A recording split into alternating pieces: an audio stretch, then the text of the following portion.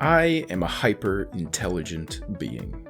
My IQ is well over 200, and therefore I have the cognitive capability to both appreciate and enjoy the television show Rick and Morty. I mean, the guy turned himself into a pickle. Funniest thing I've ever seen. But you wouldn't understand. Fear not, though. The creators of the show have made a game just for idiots like you. Trover saves the universes. It's essentially Rick and Morty, but without the high science fiction.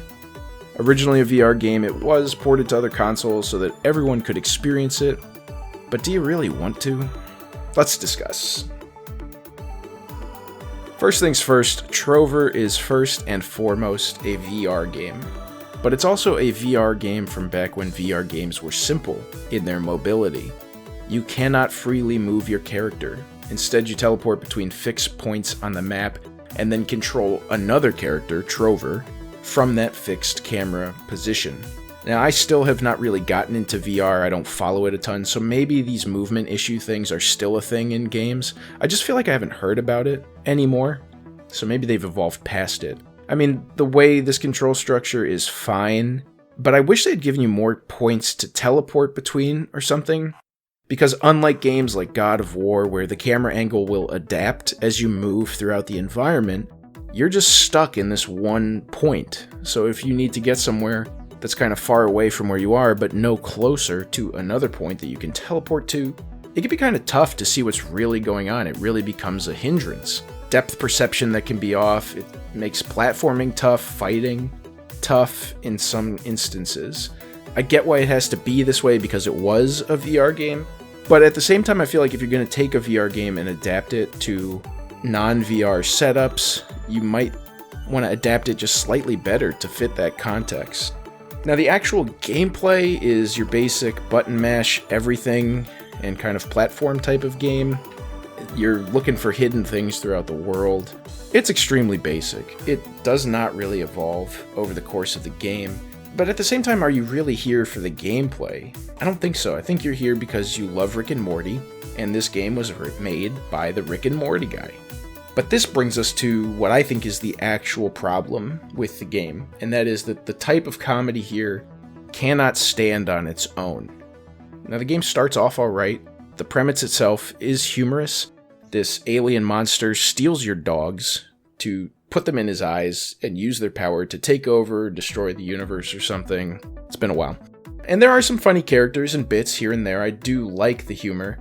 The problem is the game feels like it has this premise, but not much else. And so it's hard to stretch that to around the 4 hours that this game will take you.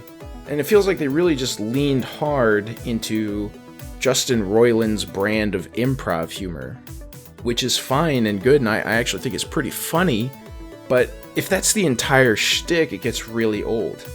Because it just ends up being him kind of talk. It's like you improv. You're improving. Oh, we're talking. Oh, I'm gonna keep talking. Oh, hey, whoa, I pooped. Oh my gosh, isn't that? Oh my god. Oh no, I'm talking again about other things, and we're just gonna keep talking. I'm gonna keep making jokes and being funny, and isn't this funny? And oh my goodness, look at that. Blah blah blah. And that's what it feels like, which again is fine, and it's fine in Rick and Morty, but it's because it's in the context of something. So when they're doing the interdimensional television episode, it's funny because that type of comedy is applied to a number of different stories and themes. But here it just felt like every character was just kind of like that, and they were all the same character, just talking like that. There's no variance in the subject, and so that style can't sustain itself without more unique and engaging subjects to go with it. That's really the biggest issue, I think, as you go through it.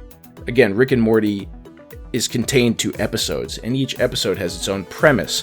There's also a little more depth to the actual premise itself, right? There's like multiple universes, or wacky monkey wrenches getting thrown into the plans, or Mr. Meeseeks shows up, or again, the interdimensional television episode, a bunch of little skits.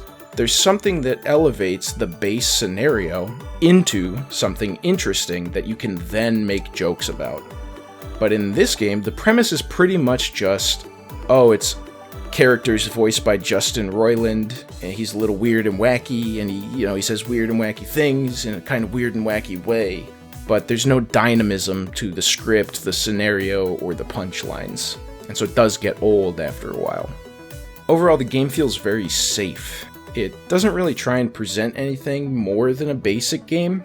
You're not going to be impressed by the gameplay, maybe in VR, but I didn't play it in VR. So if you're not playing in VR, this is not a game that will impress you. But at the same time, it didn't really do much to push the comedic bounds of the show it's maybe not based on, but it definitely feels like a spin-off. But the comedy feels so just by the numbers and safe that, yes, I agree, the base style is funny, but it can't sustain itself without more dynamism.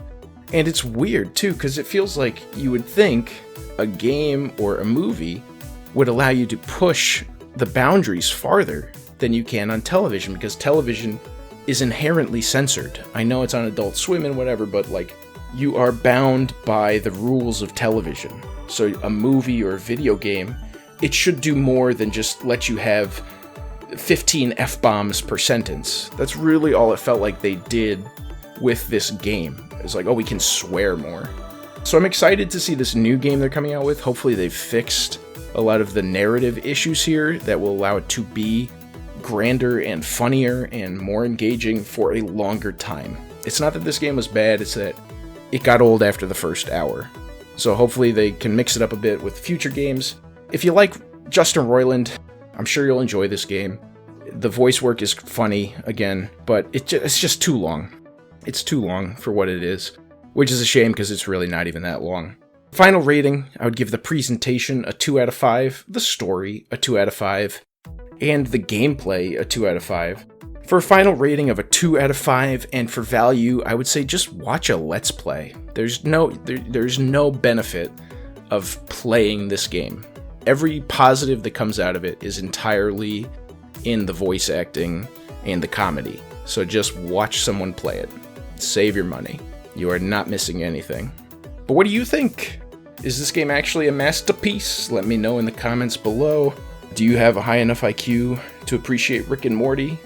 If not, that might be why you liked this game. Haha, see what I did there? I'm kidding, guys. You're all the smartest people, and you're gonna do wonderful things with your life. Definitely unlike me making stupid YouTube videos. I will see you all with the next video.